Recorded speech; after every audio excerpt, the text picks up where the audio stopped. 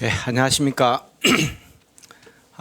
뭐 시국인 만큼 참 안타깝게도 이번에 그 많은 사람들이 정보 관련 사람들이 대부분 다 연관된 거죠.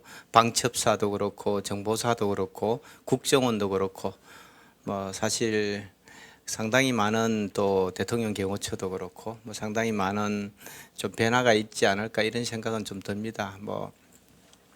전 정치적인 편향 이런 얘기는 해드릴 생각은 없고, 저도 이 영역에 한 35년 정도 근무를 하면서 사실상 뭐 요번에 그 한 친구들이 어떻게 보면 대부분 저보다 나이가 젊은 후배들이죠. 후배들이고 또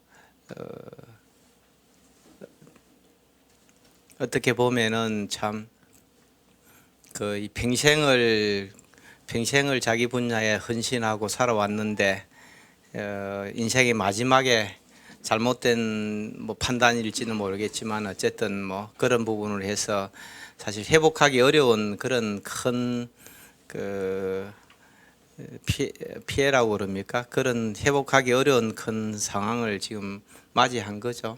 상당히 좀 안타깝습니다. 사실 개인적으로 상당히 안타까운데 뭐 내년 아마 뭐 국정원도 일정 부분 뭐 연계가 많이 돼 있는 것 같습니다. 제가 봤을 때는 뭐 수사에서 아직까지 구체적으로 드러내지는 않고 있는데 국정원도 일부 준비하고 또 비상계엄령에 관련된 준비하는 기간이 오래 지냈다고 얘기하니까 뭐 어떤 형태든 원래 그 간첩죄도 인지하고 있으면서 신고 안 해도 그 처벌되거든요. 국가보안법이라는 것 자체가 아마 이 부분도 뭐 그런 영역에서 엄격하게 뭐 잣대를 들이댄다면은 생각보다 많은 사람들이 좀 뭐 처벌받지 않을까 이런 생각은 좀 듭니다. 생각보다 아마 그래 되면은 과거에 어떤 그 큰 변화가 국정원도 뭐 과거에 98년도 DJ가 대통령 되면서 뭐 대대적으로 인원들이 한번 쭉 빠졌거든요. 그러고 나서 2007년도입니까? MB가 대통령 될 때 그때도 뭐 한 굉장히 큰 홍역을 치렀습니다. 인원들이 뭐 여러분들이 상상한 것보다 훨씬 더 많은 인원들이 연간 뽑는 인원의 상당히 몇 배라고 제가 구체적으로 얘기를 못 드리는데 상당히 많은 인원들이 뭐 그렇게 좀 또 조직을 떠난 그런 사례들이 있습니다. 뭐 그런 부분들이 아마 내년에도 일정 부분 그런 일들이 일어나지 않을까 좀 우려스럽습니다. 솔직하게 우려스럽고 어쨌든 뭐 그거가 상관없이 20대의 젊은 사람들은 미래를 위해서 또 열심히 진군해야 되니까 오늘 좀 설명을 시작하도록 하겠습니다. 2025년 국정원 7급 대비반, 뭐 국정원 조직 인재상 시험 대비 전략에 대해서 좀 설명을 드리도록 하겠습니다.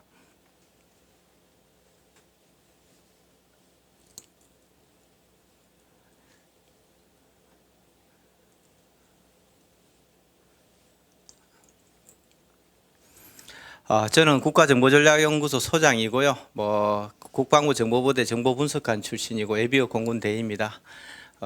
시드니 대학을 졸업하고 해외에서 나름 그 다양한 기업에 근무도 하고 뭐 컨설팅도 하고 다수 국가에서 근무한 그런 경력이 있고요. 2006년부터 뭐 비즈니스 정보전략, 국가정보학 총수 없는 정보전쟁, 뭐 국정원 합격 가이드북, 탐정 가이드북, 뭐 직업을 인생을 결정한다, 드론 조종사 자격증, 드론학 개론, 뭐 이런 뭐 다양한 책을 한 100여 권 이상을 출간했습니다.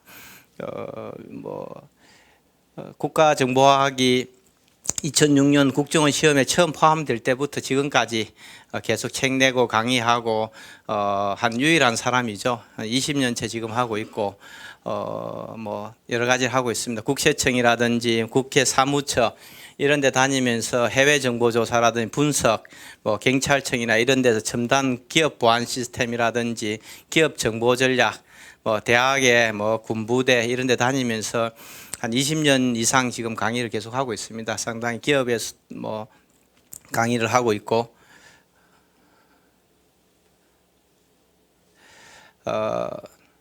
뭐 일반적인 그 사례들하고는 좀 달리 저는 뭐 정보 전략이라든지 정보 이런 다양한 삼성전자, KTF, LG전자, 포스코, 서울경찰청, 노키아 뭐 이런 뭐 한국과학기술원, 키스트 뭐 이런 다양한 일본 기업들 다양한 데 다니면서 많은 컨설팅과 자문도 했고요. 뭐 신문이라든지 잡지 이런 데 칼럼도 수천회 기고하고 방송 인터뷰도 많이 하고 블룸버그라든지 로이터 뭐 이런 외국 언론들하고도 인터뷰도 많이 하고 기사도 나가고 뭐 지금까지 거의 뭐 몇천 건, 뭐 만 건 이상의 언론 기사가 나올 정도로 다양하게 활동했습니다.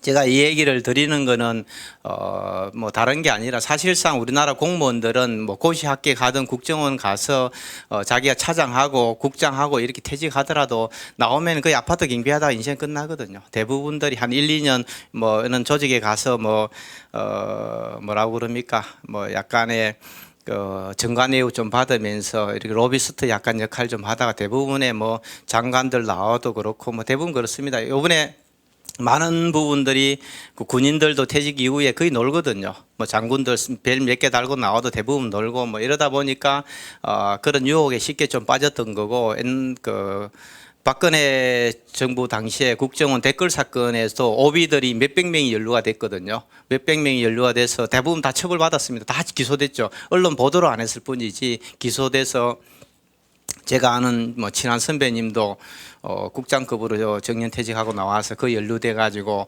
뭐 재판 뭐 받고 기소돼서 재판 몇 년 받고 뭐 변호사 선임하고 뭐 이러면서 상당히 많은 돈을 또 가고 이래서 뇌출혈로 쓰러져 가지고 뭐 반신불수가 되고 뭐 이런 분들이 제법 많습니다. 그런데 사실은 정보기관이 굉장히 뛰어난 인재들이 엘리트들이 들어가서 고도로 훈련을 받고 국가를 위해서 엄청난 희생을 했는데 사실 민간에 나와서 쓸모가 별로 없었던 거죠.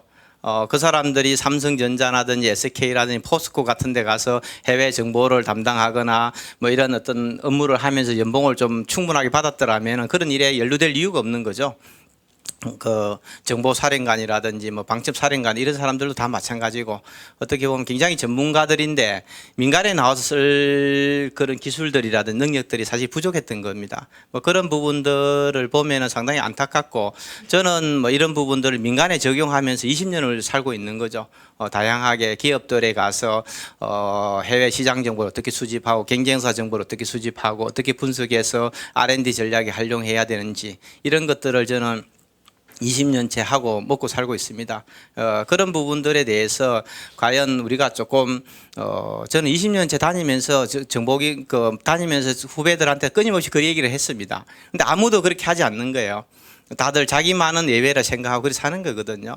이게 참 안타까운 거죠. 20년 지나도 거의 변화 없습니다. 지금 내일 또 뭐 고위직으로 나온 사람들 또 대부분 다 놉니다. 아파트 경비하거나 뭐 다 살다가 죽을 날 기다리면서 연금 쓰면서 대부분 그렇게 살고 가거든요.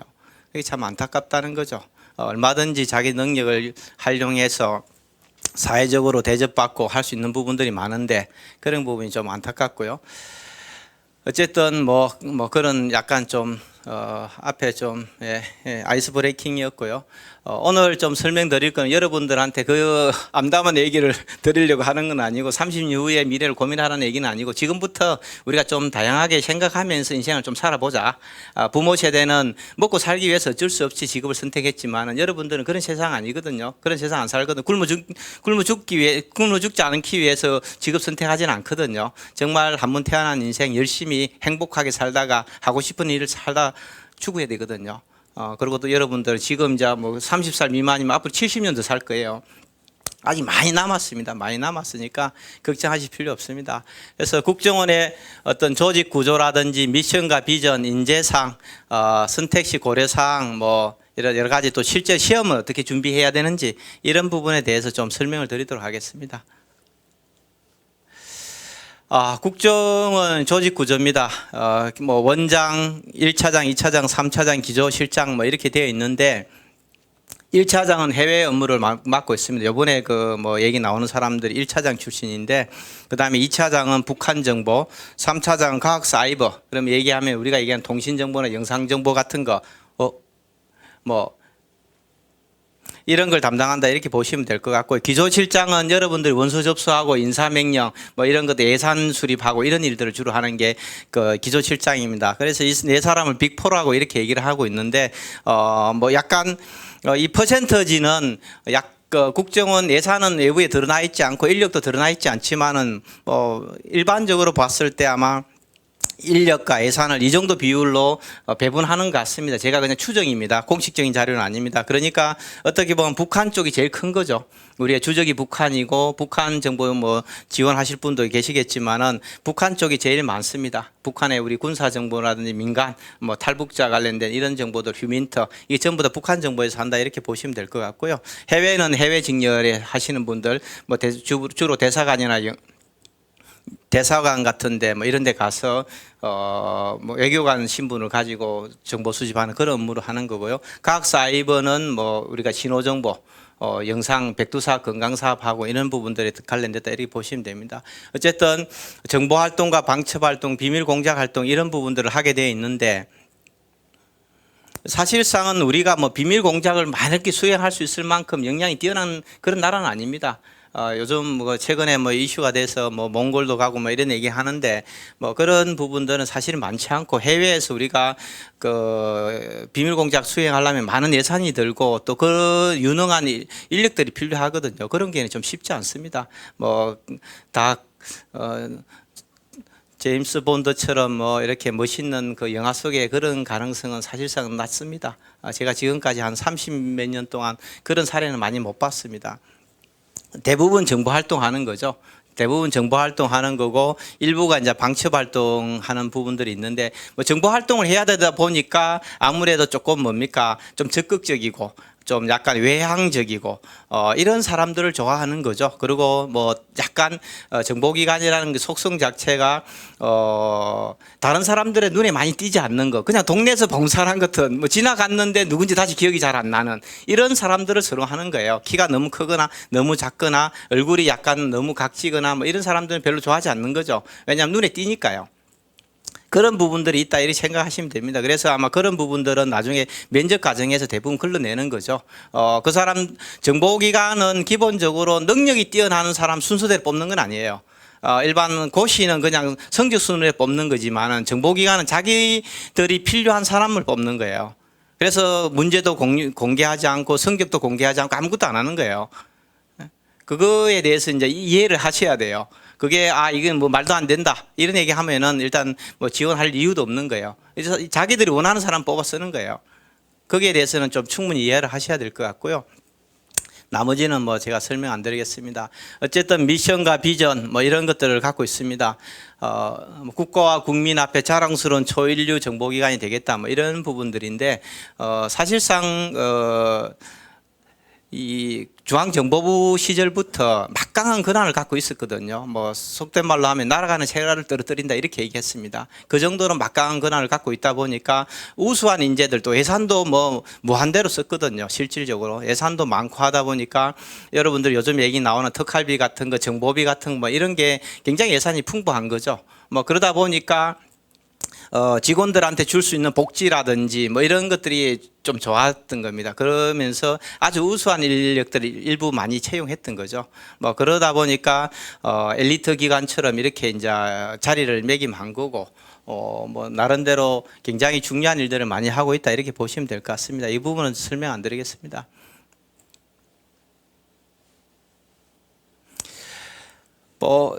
인재상은 최고를 넘어 더 큰 세상을 향해 이렇게 애국심과 헌신, 책임감과 전문지식, 정보감각과 보안의식 이런 얘기를 하는데, 사실상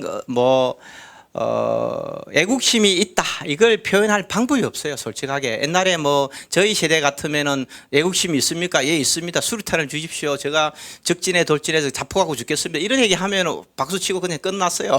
면접이라는 게 별거 없었습니다. 근데 지금은 이제 그런 얘기 하면 바보 소리밖에 안 듣는 거예요.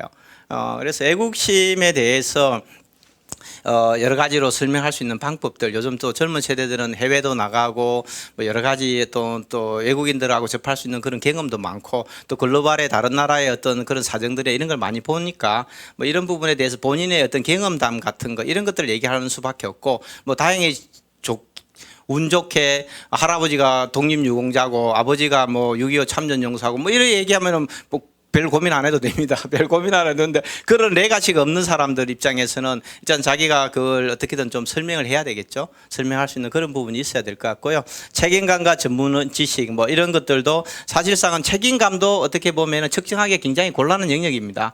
이 부분들도 본인들이 어떻게 살아왔는지 지금까지 뭐 24살, 다섯, 여섯 정도 되는 젊은 사람들이 어마어마한 뭐 인생 이력을 갖고 있었다고 믿지도 않고 그럴 가능성도 거의 없습니다. 뭐 그런 측면에서 보면은 책임감을 자기가 지금까지 살아오면서 어떤 약간의 어떤 뭐 그런 경험들을 좀 잘 포장해서 설명할 필요가 있을 것 같고요. 전문 지식은 좀 중요합니다. 해외 정보를 했는데 내가 지원했는데 뭐 어학 능력이 부족하다든지 뭐 해외 어떤 뭐 외국인과 어떤 뭡니까 이렇게 접촉하는데 두려움을 느낀다든지 이러면은 이미 게임 끝난 거죠. 의미가 없는 거고 북한 정보도 마찬가지인 것 같습니다. 북한에 대해서 전혀 모른다. 이러면 북한 정보가 맞지 않는 거죠. 어떻게 보면은 뭐 탈북자 시설이라든지 이런 데 가서 좀 봉사활동을 해봤다든지 아니면 군에서 그런 경험을 해봤다든지 아니면은 뭐 여러 가지 그런 부분에 대해서 자기 전공을 했다든지 뭐 이런 부분들을 어느 정도는 좀 갖고 있어야 됩니다. 그런 부분을 좀 갖고 있어야 되고 안대방 같은 경우에도 과거에는 법대 출신들이 주로 많이 지원했습니다. 법대 출신들이 많이 지원했는데 뭐 국가보안법이라든지 행법이라든지 이런 법률들을 적용해야 되는 부분들이 있어가지고 또 그런 사람들을 좀 선호도 했고요. 뭐 그런 부분도 있으니까 그 부분에 대해서 본인들도 일정하게 좀 설명이 좀 필요할 것 같고요. 그다음에 정보감각과 보안의식 뭐 이런 부분들인데 여러분들이 치는 NIT 시험이라든지 이런 게 곳곳에 그런 게 다 숨어 있어요.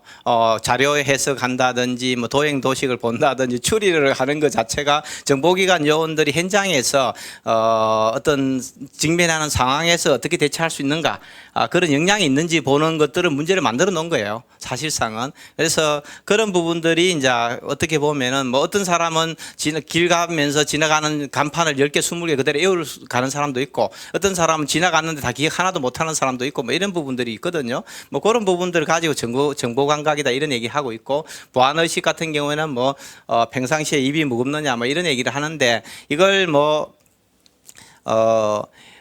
그냥 일반 공무원 시험 면접 같으면은 한번 길어야 1시간 짧으면 한 3, 40분 안에 거의 끝나면서 자기가 약간의 좀 연기를 좀 하고 좀 많이 외워서 가서 설명하면 거의 통과합니다. 근데 국정원은 뭐 하루 종일 하거나 아니면은 2회에 걸쳐서 하는 이런 과정들을 하게 되면은 거의 다 드러나요. 다 드러나는 거죠. 다양한 상황에 대해서 다양한 질문들을 던져보면은 내가 준비하지 못한 답을 하기가 굉장히 어렵고 그 답을 지어 짜내다 보면은 그 사람의 성향이 다 나와요. 그런 것들이 변칙적인 질문들을 계속 해야 되는 거죠. 뭐 그런 부분에서 내가 속일 수 있다. 뭐 그렇게 생각할 것은 만용입니다. 만용. 그래서 어쨌든 내가 평상시에 그런 어떤 마인드를 가지려고 그런 소양을 가지려고 스스로 마인드 컨트롤 하면서 준비하는 게 그게 좀 필요합니다. 그렇지 않으면 면접에 통과하기 쉽지 않습니다. 일반 공무원 면접보다는 훨씬 더 어렵고 또 배수도 일반 공무원은 기껏해야 뭐 3배수 정도밖에 안 돼. 이거는 국정원은 훨씬 더 배수가 많습니다. 면접 간다 해서 합격된 거 아닙니다. 그래서 뭐 그 부분에 대해서는 좀 준비를 좀 하셔야 될 것 같고요. 선택의 기준입니다. 뭐 여러 가지 뭐 다 국정원이 뭐 하는 조직인지 알고 이렇게 선택하셨겠지만은 뭐 전행 방법들 어쨌든 서류 전형도 하고 필기 시험도 치고 면접도 하고 뭐 이런 부분들도 있고요. 영어 같은 영어 시험이라든지 논술, 뭐 신원조사, 신원조사에 대해서 저한테도 계속 많이 묻고 뭐 이렇게 하는데. 일단 뭐 여러분들이 통제할 수 있는 영역이 아닙니다. 부모님이 살아온 세상에 관련된 부분이기 때문에 여러분들이 통제할 수 없습니다. 그걸 지금 걱정한다고 해결할 수도 없어요. 그래서 그건 얘기할 필요가 없는 거예요, 솔직하게. 그냥 내 운에 맡기는 거고 그렇다고 해서 뭐 부모를 바꿀 수 없잖아요. 할아버지 할머니를 바꿀 수도 없고 어머니 아버지를 바꿀 수도 없는 거 아닙니까? 그건 얘기할 필요가 없어요. 내가 살아온 부모의 유산이기 때문에 그 부분에 대해서는 걱정한다고 해결되지 않습니다. 그렇지만은 기본적으로 아버지가 뭐 할아버지가 회사를 운영하다가 뭐 신용불량자가 돼서 뭐 아니면은 뭐 사기 그 회사 운영 사기로 뭐 교도소를 갔다 왔다 아무 관계 없습니다. 연공에 관련된 문제입니다. 사회주의 사상이라든지 이념에 관련된 사건에 연루된 것만 문제가 됩니다. 부모가 뭐 교도소 갔다 와서 뭐 교통사고 냈다 아무 관계 없습니다. 아무 관계 없어요. 본인만 아니면 됩니다. 그런 것들은. 그래서 그런 부분에 대해서 너무 고민할 필요는 없다. 그리고 부모의 조상의 영역이니까 내가 통제하지 못한다. 걱정할 필요 없다. 어쨌든 뭐 그런 결과에 따라서 운명이다 생각해야 됩니다. 그 부분 보셔야 될 것 같고 여러 가지 뭐 자신의 능력, 뭐 장점, 단점 아까 얘기 드린 것처럼 외향적인 사람이 좋습니다. 외향적인 사람. 내가 사람 만나는 거 좋아하고 돌아다니는 거 좋아하고 즐기고 뭐 이런 사람이면은 제일 좋은 직장입니다. 근데 그렇지 않고 혼자서 있고 사무실에 근무하고 이런 걸 좋아한다면은 별로 적합하지 않습니다. 그러면은 그 일 자체가 지옥이거든요. 그러면 그런 직업은 선택하지 않는 게 좋습니다. 지금 당장 내가 보기 좋으라고 다른 사람한테 조금 폼 잡으려고 이런 직업 선택하는 건 인생 낭비입니다. 인생 낭비. 언젠가는 다시 나가야 되고 다시 또 새로운 일을 시작해야 되니까 제가 이렇게 보니까 살아보니까 그렇습니다. 자기 정말 좋아하는 일이라 생각되고 그 일을 선택하는 게 인생을 알차게 사는 길입니다. 그래서 그런 거는 선택하는 외향적인 걸 좀 사람이 선택하면 좋을 것 같고요. 이것도 마찬가지입니다. 외향적, 내향적 이런 것들이 뭐 심리학자들하고 일반 사람들 이런 얘기를 떠들어대는데 자기 노력에 따라서 바꿀 수 있어요. 충분히 바꿀 수 있어요. 그래서 자기가 좀 더 적극적으로 좀 계속 의식적으로 노력하면은 다 바뀌어요. 그래서 그것도 걱정 안 해도 돼요. 뭐 제가 봤을 때는 그렇습니다. 내가 이렇게 살고 일을 정말 하고 싶다면은 외향적으로 바꾸려고 노력하면 되는 거죠. 그런 거 부분은 뭐 좀 생각하시면 좋을 것 같고요. 그 다음에 정보기관이라는 것 자체가 사람 만나는 게 일이거든요. 다양한 영역에 있는 사람 만나서 그 사람들과 대화하고 대화 속에서 국가에 도움이 될 만한 그 가치 있는 첩보들을 찾아내고 그걸 또 가공해서 정보를 만들고 그게 정책에 반영되도록 하고 이게 뭐 정보기관의 역할이고 정보요원들의 인생입니다. 그러다 보니까 뭐 사람들 많이 만나죠. 물론 그렇습니다. 자기 본명을 쓸 수도 없고 명함도 쓸 수가 없습니다. 국장 달 때까지요. 국장이 되면은 그때는 공식적으로 자기 이름을 쓸 수 있고 명함을 쓸 수 있는데 그 이전까지는 자기 이름을 쓸 수 없습니다. 본명도 쓸 수 없고 명함도 쓸 수 없습니다. 그래서 열심히 30년 동안 만났는데 이 사람이 갑자기 새로운 이름 갖고 나타나면 누구요? 이렇게 얘기할 수도 있겠지만은 어쨌든 뭐 그런 게 크게 걱정할 필요 없습니다. 뭐 해외에서 활동해도 자기가 얼마든지 얼굴만 뭐 기억하면 또 뭐 충분하니까 인맥 확장이 굉장히 용이합니다. 다양한 사람 많이 만나볼 수 있습니다. 평생. 그 다음에 새로운 지식과 경험을 축적하는 데도 굉장히 유리합니다. 새로운 것들만 끊임없이 쫓아다니는 거거든요. 과거의 정보들은 의미가 없으니까 매일매일 새로운 정보들만 쫓아다니기 때문에 이런 것들도 자기가 좀 노력하면 얼마든지 가능한데 이제 문제는 뭐냐? 우리가 조직 지향적 지식과 시장 지향적 지식이라는 게 격령학에서 있는데 대부분은 이게 조직 지향적인 지식이라는 거죠. 내가 알고 있는 지식은 국가 안보, 국가 이익에 도움이 되지만은 내가 나가서 말하는 순간 국가보안법이 다 걸리는 거예요.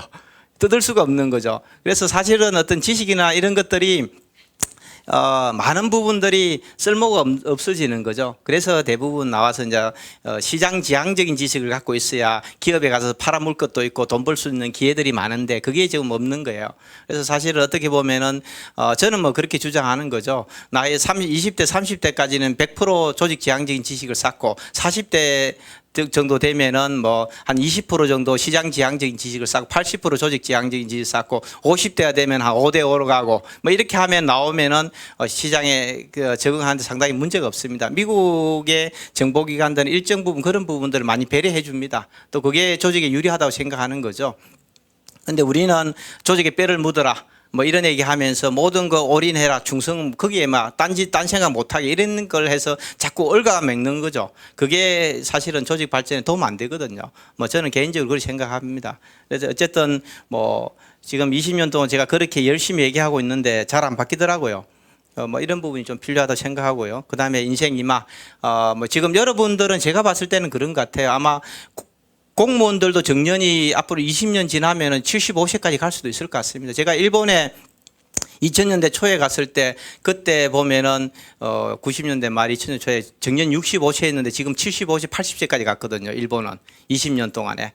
우리도 지금 60, 한 2세, 3세를 늘린다고 그러는데 아마 여러분 10년 지나면은 만 65세 될 것 같고 20년 되면 70이 되고 여러분들 75세. 아, 정말. 지금 25살에 들어가면은 몇 살이에요? 75세까지 50년을. 그럼 연금 어마어마하게 받겠는데, 연금은요. 그래 될 수도 있습니다. 그렇긴 하지만은 또 75세에 나오더라도 100살까지는 살 거 아닙니까? 그때 120살 살 수도 있고, 그럼 또 나와서 사회활동을 해야 되거든요. 연금만 가지고 죽을 날 기다리면서 돈 아껴서 하루에 10,000원씩 갖고 나와가지고 손 발발 떨면서 뭐 이렇게 사는 것 자체가 참 안 좋잖아, 그죠? 안 좋잖아요. 뭐 그게 대부분 그리 살아요. 제가 아시는 분들도 하루에 집에 가서 10,000원씩 받아갖고 나와가지고 담배 한 갑 사고 그다음에 전철은 공짜로 타고 뭐 어디 가서 뭐 국밥 한 그릇 먹고 그냥 막걸리 한 잔 서로 나눠 마시고 집에 가고 뭐 그렇게 살아요. 대부분 나이 들면은 뭐 그리 사는데 어쨌든 뭐 그렇게 안 살고 인생 이막에 사실 미국 정보기관들은 대부분들이 퇴직하고 나서 연봉이 3배에서 5배, 많이 때는 10배씩 뜁니다. 그래서 두려워하지 않아요, 퇴직하는 걸. 근데 우리는 공무원들이 퇴직하는 걸 너무 두려워하거든요. 월급쟁이들은 뭐 딱 나오는 순간 죽는다고 생각하거든요. 근데 미국은 그리 생각하지 않거든요. 그래서 오히려 퇴직하는 것을 두려워하지 않는 사람들이 오히려 더 승진을 하는 거죠. 자기가 확실하게 자기 소신이 있으니까요. 그게 굉장히 중요하고, 그게 조직에서는 일정 이상의 직급을 올라가려고 그러면은 아부만 해갖고 올라 못 갑니다. 학연, 지연, 해련 갖고 올라갈 수 있는 한계가 있거든요. 그러면 자기만의 유니크한 어떤 하나의 정체성을 만들어내야 돼요. 그런 부분에 대해서 좀 고민하는 게 좋을 것 같고요. 그래서 살아온 인생이 자랑스럽고 지식과 경험이 도움이 되는 조직, 뭐 직장이 생계의 수단이 아니라 자기 만족의 장이 될 수 있는 조직, 업무가 만족스럽고 사회가치 창출에 기여할 수 있는 조직, 뭐 이런 게 국정원이다 생각하면은 선택하시면 됩니다. 1단계, 2단계, 3단계, 4단계, 5단계 정도 있는 거죠. 서류 전형입니다. 뭐 4월에서 5월 달에 이렇게 서류 전형하는데 토익이라든지 자기소개서, 과거에 비해서는 자기소개서 항목들이 많이 줄어들어 가지고 그렇게 중요하지는 않아지는 것 같습니다. 그런데 이제 기본적으로 토익이라든지 자격증이라든지 이런 부분들 보면서 서류 전형을 일단 통과를 해야 되고, 서류 전형 통과 못하면은 시험도 못 치러 갑니다. 시험 치는 것은 뭐 내년에는 7월 12일 날 치지 않을까 싶습니다. 대부분 이렇게 맞는데 논술과 NIT 시험을 치는 거고요. 그 다음에 체력입니다. 체력은 과거에는 거의 뭐 손 부러지지 않고 다리 안 부러지고 하면 기본적으로 거기 가면 다 100% 통과했습니다. 거의 통과 안 되는 사람 없었는데 작년에 같은 경우에 체력을 좀 빡시게 봤습니다. 그래서 그 뭐 여자들 같은 거 발굽팩이 뭐 3개 이상 못하고 뭐 이러면은 떨어지고 이랬었는데 남자들도 또 체력에서 떨어지고 제가 충격 받았었는데 올해는 또 아주 가볍게 넘어갔습니다. 가볍게 넘어가서 뭐 체력에 큰 걱정 안 했는데 아마 내년에도 뭐 그렇게 제가 한 20년 동안 이렇게 보면서 작년처럼 체력을 빡시게 본 해는 없었습니다. 아마 내년에도 뭐 그렇게 빡시게 보지는 않지 않을까 이렇게 좀 생각이 좀 들고요. 그 다음에 면접입니다. 면접은 어쨌든 뭐 하루에 오전 오후 한꺼번에 다 끝낼 수도 있고, 지금 지난 몇 년 동안에는 8월 달에 1차 면접하고 9월 달에 1차 면접 합격한 사람을 대상으로 9월 달에 2차 면접해서 이렇게 해서 뭐 합격자를 결정하고, 1차 면접 떨어지면 다시는 2차 면접 못 가는 이런 방식이었는데 올해는 또 하루 만에 또 다 보고 뭐 조금씩 변형이 있습니다. 어쨌든 좀 빡세게 본다 이런 생각하시면 될 것 같고요. 그다음에 신체 검사입니다. 신체 검사도 당뇨라든지 뭐 이런 것들 아주 뭐 그런 어떤 특별한 질병이 없으면 거의 큰 문제가 없고요. 또 하나 문제 될 수 있는 거는 문신입니다. 문신. 뭐 친구들하고 이렇게 재미로 해외여행 가가지고 문신 새겼다면은 일정 센치 이상 되면 지금 지워야 됩니다. 문신도 굉장히 그 사람을 특정할 수 있는 그런 도구기 때문에 문신은 아주 엄격하게 보고 있습니다. 그래서 문신이 있다면 빨리 지워야 됩니다. 빨리 지우는 게 좋을 것 같고요. 그 다음에 뭐 신원조회입니다. 신원조회 이렇게 한다 이렇게 보시면 될 것 같습니다. 서류 전형, 대학, 학과, 자격증, 외국어, 자기소개서, 기타 사항 뭐 이렇게 있는데 어쨌든 뭐 블라인드 면접도 블라인드 뭐 대학을 못 서기도 하고 뭐 학점도 어떻게 하고 뭐 이런 얘기 하는데 뭐 다 떠나서 한 20년 동안 통계를 제가 한다 보니까 제가 20년 동안 가르치면서 통계를 보니까 어쨌든 이 서울 소재 상위권 대학 출신, 중위권 대학 출신들이 좀 많은 편이고 요즘 해외 정보는 해외 대학 출신들이 많습니다. 그리고 국립외교원 시험 치다가 이렇게 준비하던 학생들이 지금 해외 쪽으로 좀 많이 오는 것 같고요. 외교관보다 국제원이 훨씬 낫거든요. 외교관 5급보다 국제원 7급이 오히려 나중에 승진이 훨씬 빠르거든요. 4급 서기관 되는 것도 빠를 수도 있고요. 뭐 그런 부분이 있는 것 같고요. 학점도 뭐 3.5 이상 정도가 대부분이 있는 것 같고요. 그리고 과학기술, 정보통신 뭐 이런 쪽은 조금 대학이 조금 떨어지는 것 같고요. 자격증은 일반 자격증은 정보처리기사, 산업기사, 뭐 한자 자격증, 한국사 이런 게 이제 기본적이고요. 그다음에 무도 자격증은 뭐 큰 중요하지 않습니다. 무도 자격증이 없어도 떨어뜨리지는 않습니다. 근데 일단은 뭡니까 각 3단입니다. 1단, 2단은 의미가 없고요. 3단만 인정받고 그다음에 영어 성적, 토익, 토플, 탭스, 뭐 플렉스 뭐 이런 것들이 있는데요.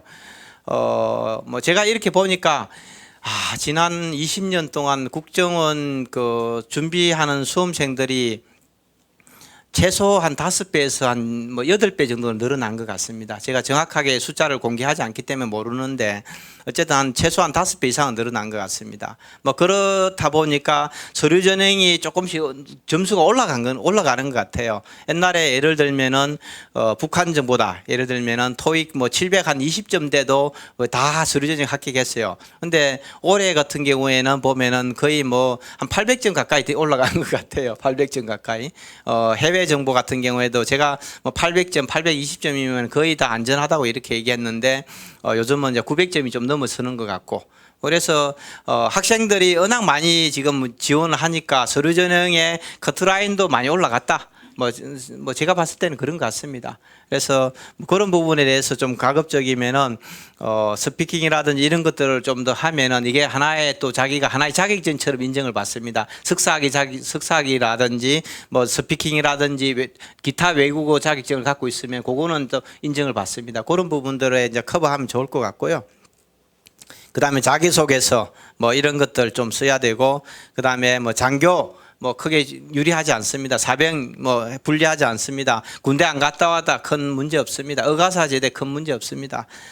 뭐 그런 거 큰 문제 없습니다. 그래서 뭐 내가 병으로 근무했다 뭐 군대 안 갔다 뭐 면제 받았다 아무 관계 없습니다. 그 면제의 사유가 뭐냐가 굉장히 중요하고 의가사 제대 다쳐서 제대를 했다면은 지금 현재 건강 상태가 어떠냐가 중요한 것이지 당시에 옛날에 뭐 그런 부분하고는 크게 관계 없는 것 같습니다. 제가 봤을 때는 그렇습니다. 그다음에 뭐 변호사, 변리사 뭐 이런 것 자격증이 있으면 조금 우대받는다 이렇게 보시면 될 것 같습니다. NIAT입니다.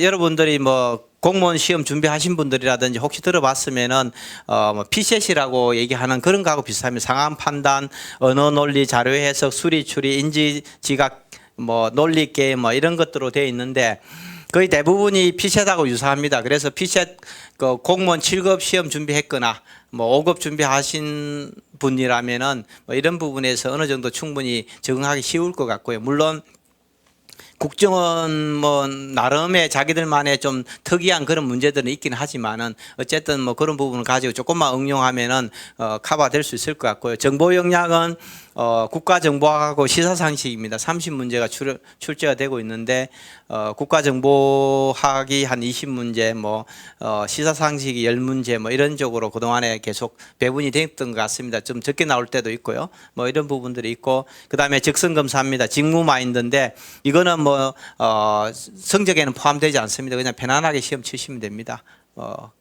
그래서 사실상은 뭐 기출 문제라는 게 있을 수가 없고 공개하지 않으니까 학생들이 나와서 질문하거나 자기들 나름대로 복원하는 이런 부분들을 가지고 이러이러한 유형들의 문제가 나왔었다 뭐 이 정도만 알고 있는 거죠. 그렇다 해서 뭐 완전히 학생들이 절대로 풀 수 없을 만큼 너무 고난이도 문제는 거의 없는 것 같습니다. 그리고 제가 이렇게 보니까 거의 한 평균 한 70점 정도 내외로 형성되는 것 같습니다.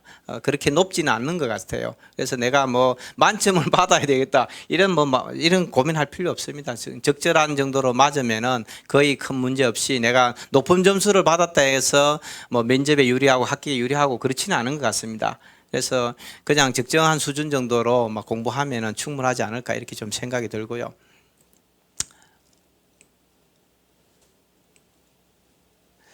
그래서 뭐 기초이론이라든지 뭐 언어 논리 추리와 수리력, 도형 도시 추리 이런 관련된 책도 뭐 나와 있고요. 그다음에 뭐 기본. 그래서 앞에 기초를 저희는 10월부터 12월까지 3달 동안 수업을 했고, 그다음에 기본편 이거 2달, 그다음에 그 응용편 2달, 심화편 2달 이렇게 해서 6개월 과정입니다. 그래서 학생들이 기본적으로 9권 정도의 책을 이렇게 보시면은 뭐 제가 봤을 때는 문제를 풀고 가서 당황하지 않고 문제 풀고 일정한 점수 이상을 받을 수 있지 않을까 뭐 이렇게는 좀 생각은 하고 있습니다.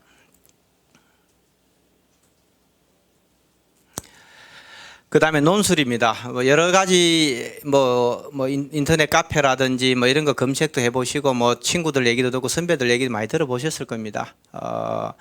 일단 뭐 NIAT는 뭐 피셋하고 비슷하다. 그냥 가서 적절하게 풀면 된다 이런 얘기 들으셨을 것 같고, 논술은 그냥 적당하게 대충 쓰면은 떨어지지 않는다 이런 얘기를 많이 들었을 것 같습니다.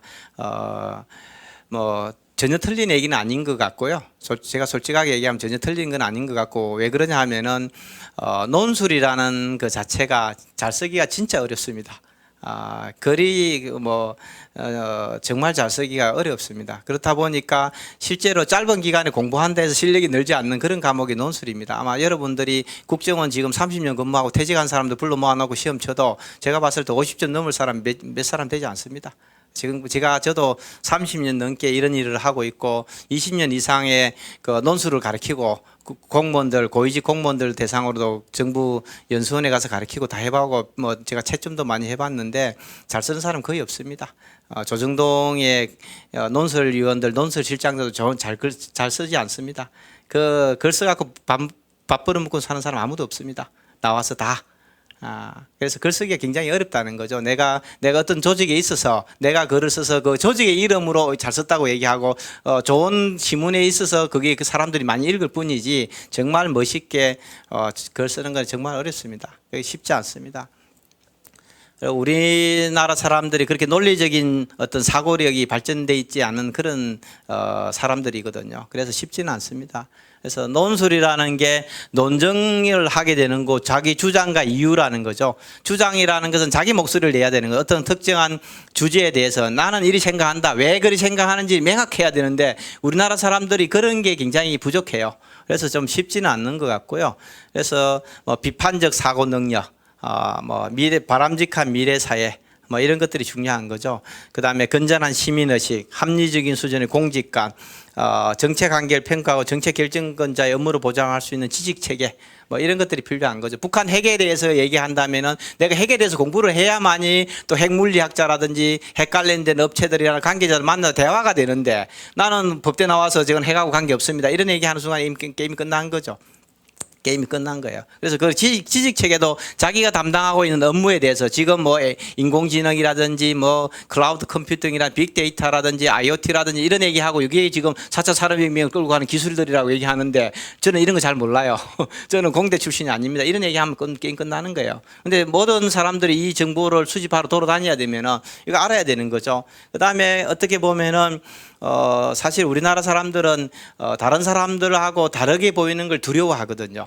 그래서 반대를 하거나 비판을 하는 것을 굉장히 두려워하는 거죠. 조직에서 왕따를 당할 수 있기 때문에. 그게 공무원 사회도 똑같습니다. 기업도 똑같고. 뭐 그러다 보니까 비판을 하지 않는 거죠. 비판을. 모든 사람들이 다 똑같은 얘기를 하고 누구도 거기에 대해서 토론을 하지 않고 문제에 대해서 문제점을 제시하지 않는 거죠. 그래서 어떻게 보면 뭐 요번에 사실은 그 뭐 이렇게 이번에 대통령의 이런 여러 가지 그런 사태들을 보면서 많이 느끼는 게 정말 똑똑하고 많은 노력들을 하면서 그 자리에 간 사람들이 누구 하나 명쾌하게 아니면 또 자기 목을 걸고 소신을 밝힌 사람이 아무도 없었다는 게 상당히 안타까운 거죠. 그 똑똑하고 그 자리 가기까지 어마어마한 경험과 실력을 쌓은 사람들인데 비판적 사고 뭐 이런 게 안 되는 거죠.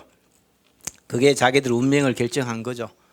그래서 뭐 코로나19로 본 국가 방역 체계의 중요성에 대해서 논해라 이러면은 기본적으로 코로나19의 어떤 발생과 확산, 각국의 대응책, 전염병의 역사, 백신이나 면역 체계, 항체, 뭐 첩보, 뭐 국가 안보 뭐 이런 부분에 대한 기본적인 백그라운드 지식을 갖고 있어야 되는 거죠. 이거는 사실은 어떻게 보면은 우리가 시사상식 책 가지고 공부한다는데 사실은 평상시 신문을 읽어야 되는 거거든요. 평상시 신문도 있고 전문 잡지도 좀 읽어보고 이러면서 쌓아야 되는데 어떻게 된 나라가 이런지 모르겠지만은 우리는 쪽 책을 보고 시사상식 책 보고 시사상식 공부하는 이런 바보 같은 나라 살고 있는 거거든요. 사실은 바보 같은 나라예요. 바보 같은 나라.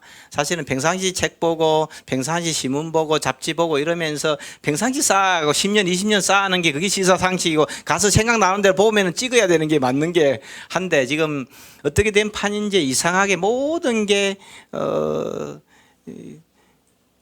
암기하고 단기간에 어떻게든 빨리 지식을 쌓으려고 이런 참 마음에 안 드는 나라입니다. 마음에 안 드는데 어쨌든 뭐 여러분 다 알고 있는 거죠. 코로나 3년 동안 열심히 경험해 보셨으니까 그죠?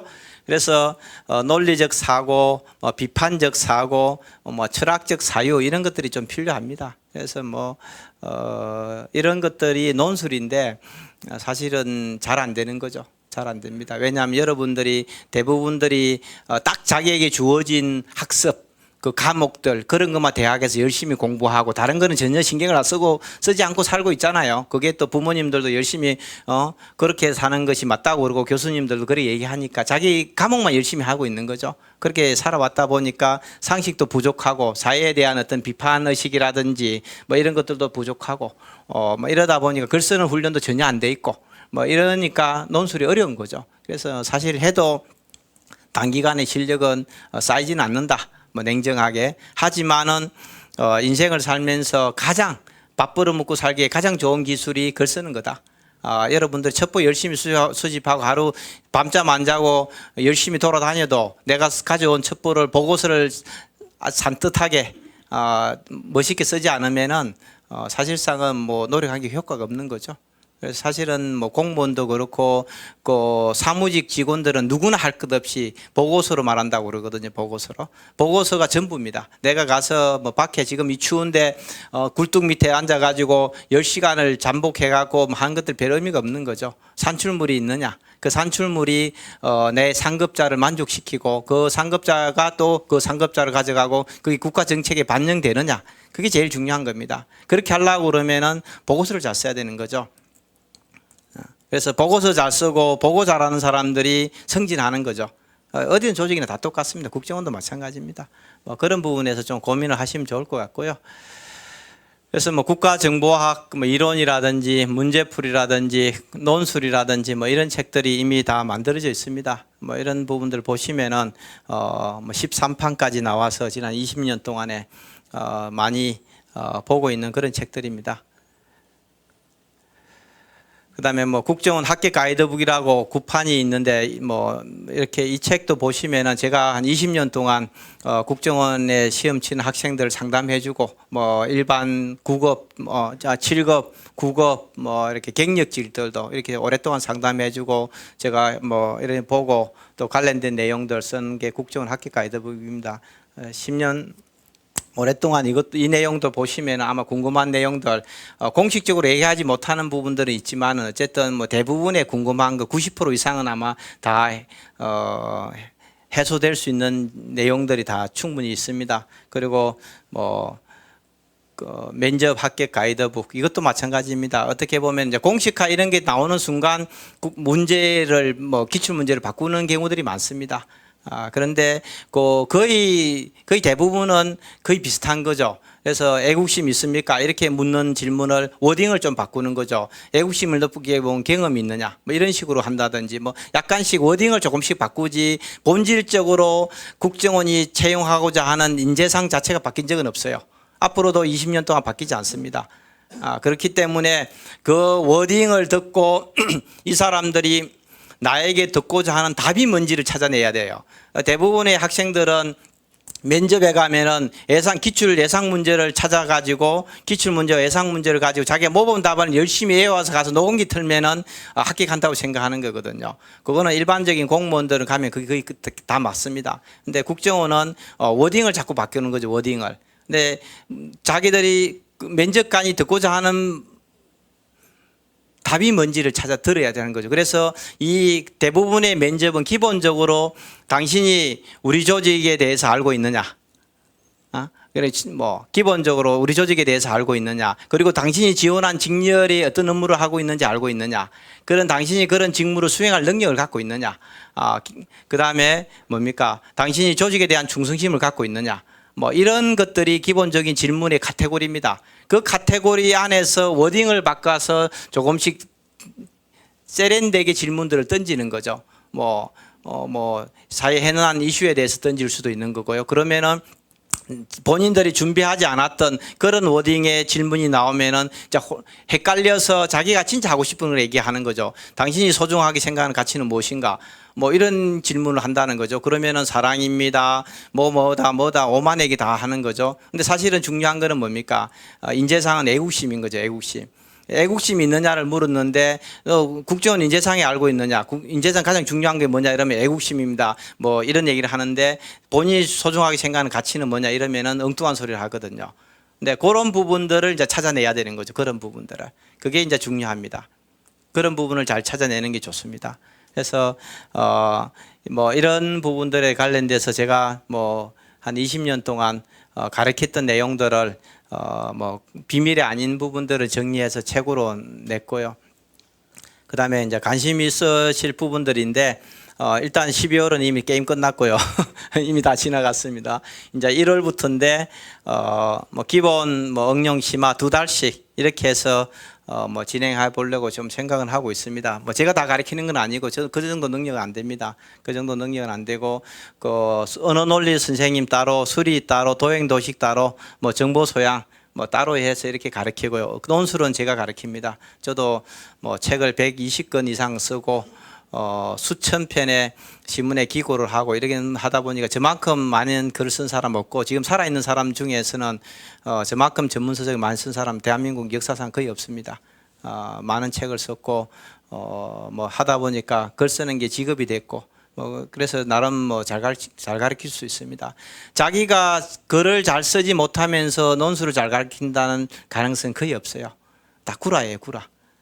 뭐 빨간 펜 쓴 제가 줄 찍찍 꺾고 막 집어 던지고 뭐 다 그렇거든 하거든요. 뭐 조선일보, 동아일보 가도 뭐 그냥 줄 찍찍 꺾고 빨간 막 해서 다시 써오라고 그러고 막 조지고 막 괴롭히고 이렇게 해서 조금씩 실력이 느는 것이지 어떻게 써야 잘 써야 되는, 잘 쓸 수 있다는 거 그런 거 가르쳐주는 언론사도 없습니다. 다른 조직, 어느 조직도 제가 대한민국에 있다는 얘기 들어본 적 없습니다.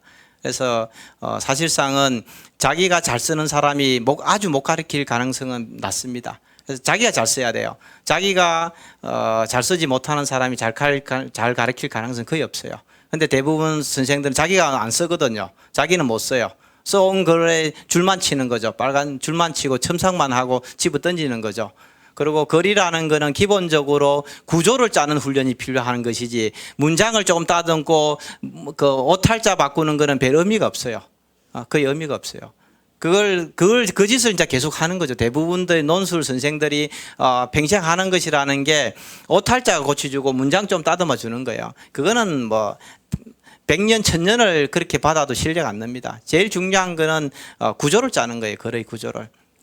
그 부분에 대해서 좀 고민하면서 준비하는 게 굉장히 좋습니다. 그리고 그런 여러분들이 죽을 때까지 평생 계속 열심히 쓰면서 계속 끌고 가셔야 되고요. 그 실력이 있으면은 조직에 떠나는 것을 두려워할 필요 없습니다.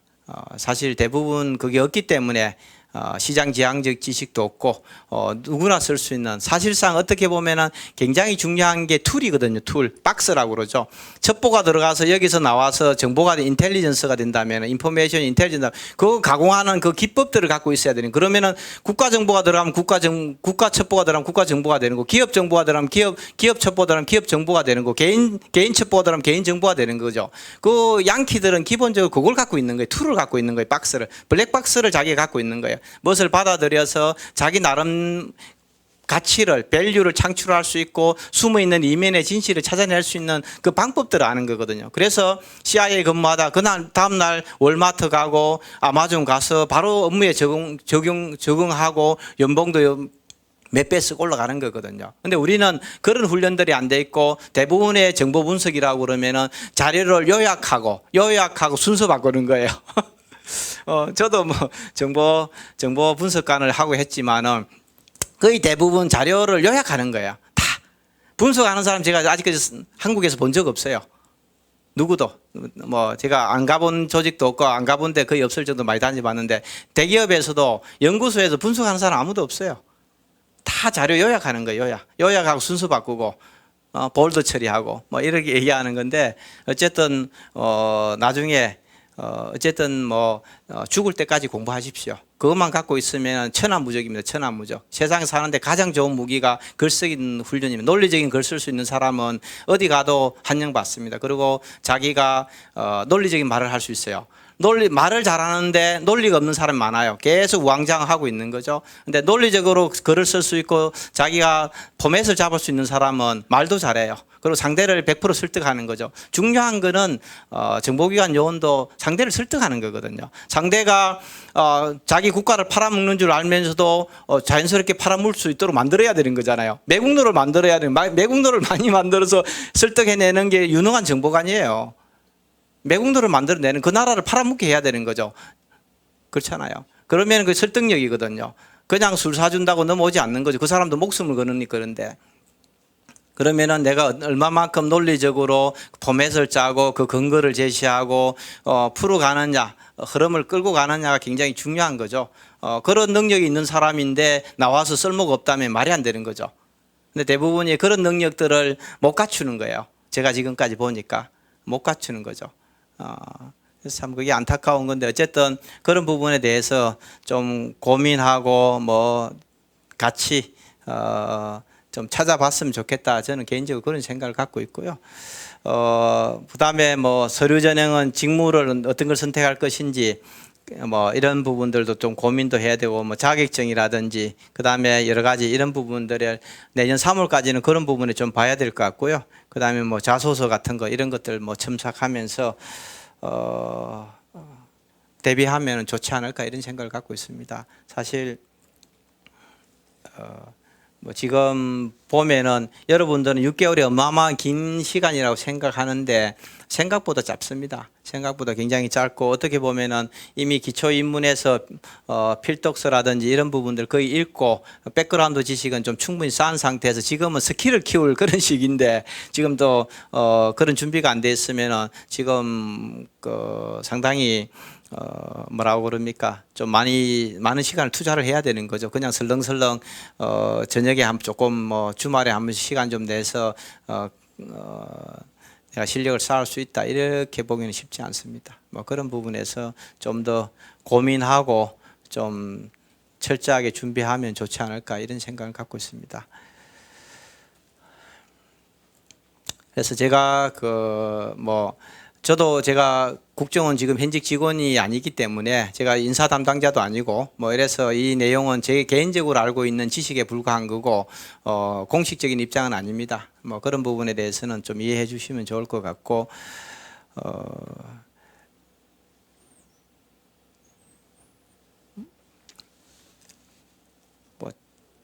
일정 부분 100% 정확하지 않을 수도 있습니다.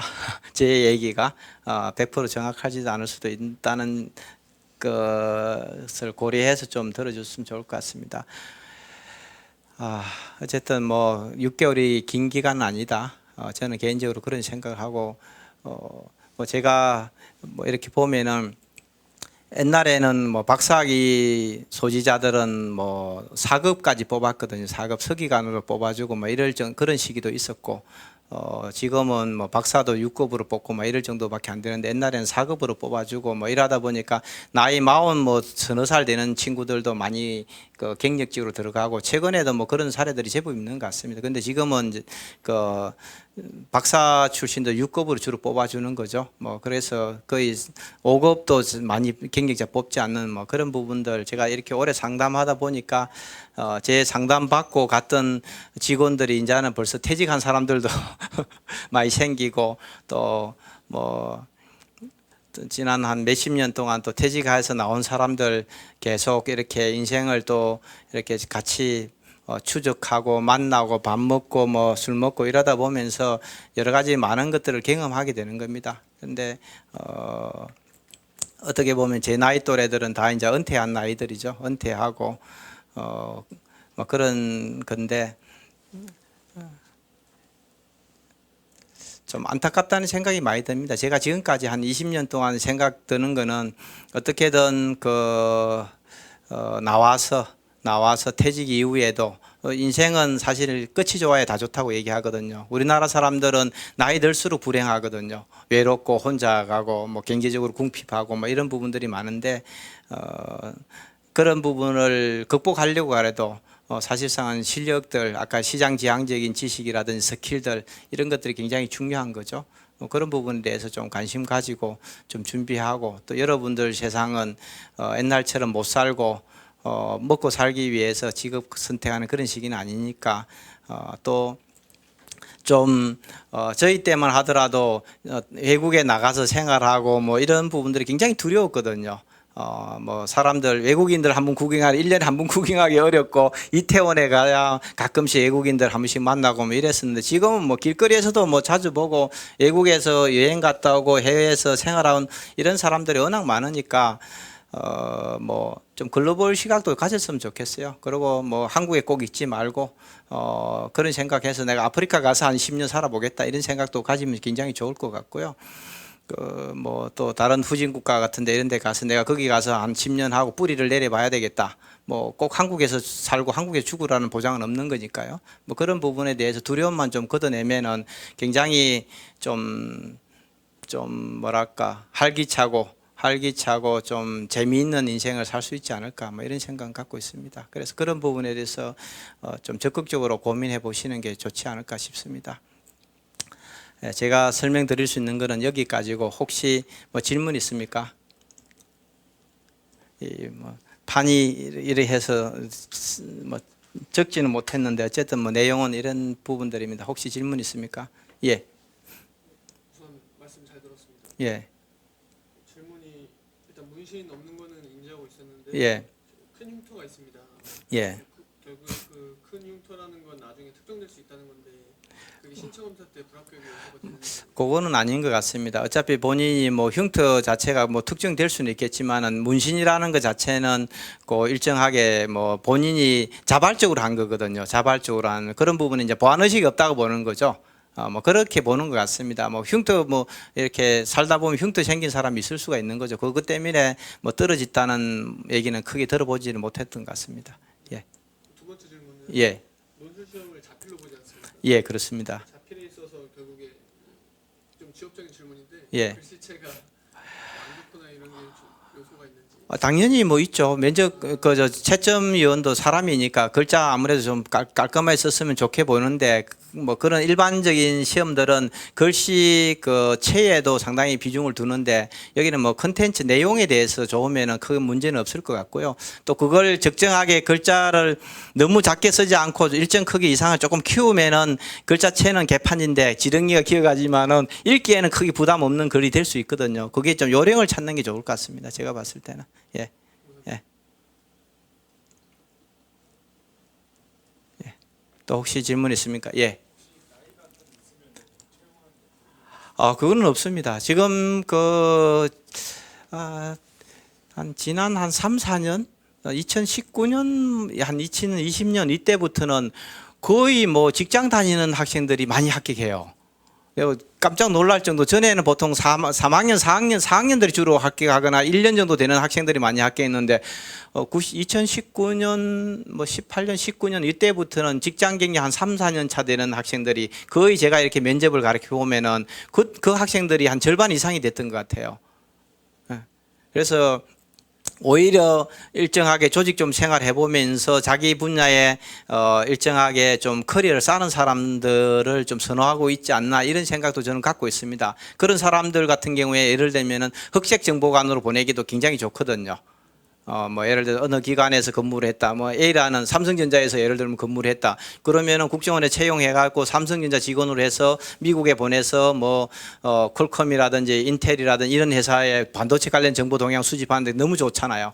자기가 이미 삼성에서 한 3년 동안 반도체 관련 시장 정보 조사해보고 다 해봤으니까 그게 뭐 포스코도 그럴 수도 있고 삼성전자나 뭐 이런 뭐 일정하게 좀 괜찮은 기업들에 있는 학생들이 제가 보니까 뭐 면접 제가 코칭하는데 한 절반 정도는 됐던 것 같아요. 최근에 아마 추세가 그런 것 같습니다. 그래서 지금 현재 법적으로 공식적으로 나이 있는 거 그거 뭐 걸리는 거 큰 문제 없습니다. 꼭 뭐 지금 32살 정도까지 아마 그리 될 것 같은데 몇 년생인가 뭐 그런데 어쨌든 그 정도 나이는 큰 문제 없습니다. 예. 공식적으로 뭐 또 군대 갔다 오면은 뭐 나이 이렇게 또 빼주잖아요, 그죠? 뭐 그렇게 해서 나이가 본인들이 많다 뭐 이런 거는 큰 문제 안 됩니다. 옛날에는 주로 보면 한 같은 동기들 같은 그 공채 기수들끼리 나이 차이가 너무 나면은 위화감도 조성되고 뭐 이런 얘기들이 있어가지고 뭐 한 두세 살 정도 폭 정도로 이렇게 하는 부분들이 있었는데 뭐 지금은 그런 거는 많지는 않은 것 같습니다. 예. 그래서 나이는 크게 고민 안 해도 될 것 같습니다. 예. 자소서나 면접에 예. 도움되는 대외 활동 같은 거 자기 직렬하고 관련되는 게 제일 좋습니다. 내가 그 북한 정보를 지원한다면은 뭐 내가 뭐 하나원 같은데 이런 데라든지 탈북자 단체라든지 뭐 이런 데 가서 봉사활동하거나 이러면 좀 좋을 것 같고요. 해외 정보를 하시면은 뭐 외교부라든지 유엔이라든지 이런 뭐 이런 데 관련된 부분이 좀 좋을 것 같고요. 안대방 같은데 이런 보면은 뭐 또 그런 비슷한 거 있지 않습니까? 뭐 그런 협회도 있고 뭐 이런데 그런데 좀 가고 산업보안 뭐 세미나라든지 뭐 그런 단체들 뭐 이런 데 가서 그 좀 참여한다든지 이런 부분이 좀 좋지 않을까 싶습니다. 예. 그래서 중요한 거는 자기 직무와 연관성이 어느 정도 있는가 그게 제일 좋습니다. 그거 없으면은 사실상은 별 의미가 없는 거죠. 그렇잖아요. 그죠? 이쑤시리려고 하는데 신발 갖고 오면 의미가 없는 거죠. 아무리 좋은 신발, 비싼 신발 갖고도 내가 이쑤시개가 지금 필요한데 이쑤시개를 가져와야지 신발은 의미가 없는 거랑 똑같은 거죠. 그래서 자기 직렬하고 관련된 부분을 좀 찾는 게 좋습니다. 그래야 자기가 어필하기 좋죠. 예. 예. 전산직이랑 통신직에 예. 관련돼 가지고 어떤 직무를 수행하는지 구체적으로 안 나와 있어가지고 그런데 그게 정보를 수집하는 국가 비밀이죠. 그게. 통신직도 어떤 거라 그런 계략적인 것도 안 나와 있어가지고 안에서 그렇죠. 그게 어쨌든 뭐 제가 봤을 때는 뭐 그런 것 같습니다. 그 통신 장비 같은 거 이런 거 다루거나 뭐 그런 거 도입하거나 뭐 또 그런 뭐 약간 통신 신호들을 분석하거나 뭐 이런 거 하지 않겠습니까? 군쪽으로 치면 신호정보랑 기술정보 쪽이라고 뭐 일정하게 제가 봤을 때는 그렇지 않을까 싶습니다. 예. 공식적으로 얘기를 안 하니까 어떤 부분들을 모르는데 뭐 그런 일을 하지 않을까 싶습니다. 예.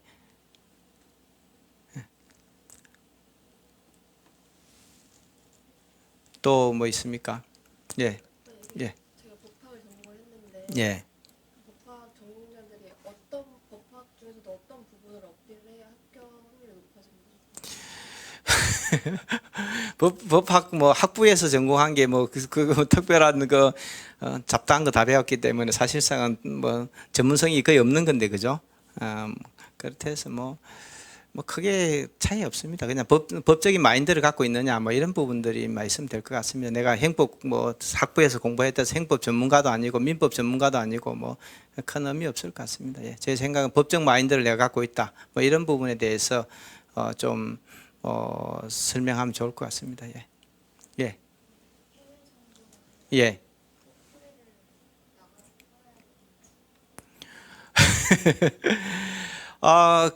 뭐 그렇지 않겠어요?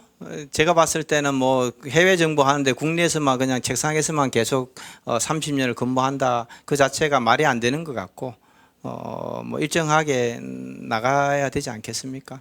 예. 그걸 두려워하면 해외 정부 하면 안 되는 거죠. 예.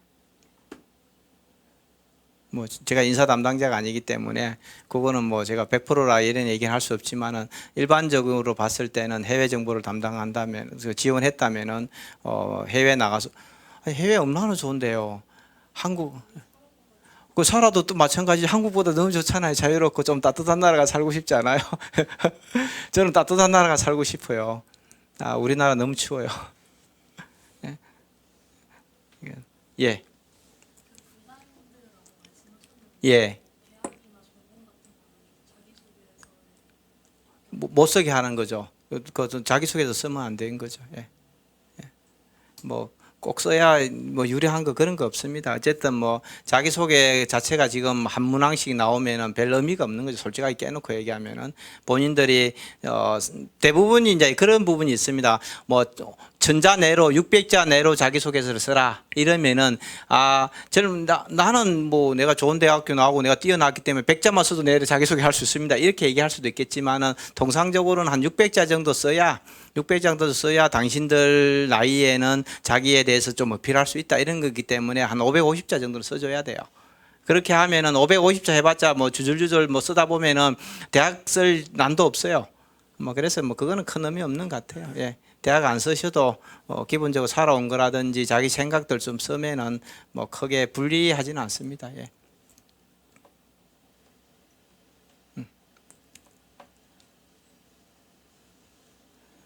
또 뭐 질문 없습니까? 어쨌든 뭐 개인적으로 그 질문하기 어려우신 분들은 뭐 개별적으로 저도 이제 공식적으로 이런 게 녹화되고 이렇게 해서 제가 얘기해 줄 수 없는 게 많이 있으니까 뭐 그런 부분에 대해서는 공식적으로 사청에 내려오시면은 제가 그 부분에 대해서는 개인적으로 녹음하지 않는 조건 하에 그 부분에 대해서는 제가 좀 설명을 드리겠습니다. 궁금한 거 또 개인적인 아주 사적인 그런 부분들은 끝나고 나서 사청으로 내려오시면 제가 거기 기다리고 있으니까 그 부분에서 그 부분에 대해서 질문하시면 제가 답변 드리도록 하겠습니다. 오늘 그럼 설명회는 여기서 마치고 그 행정적인 사항에 대해서 얘기하도록 하겠습니다. 예.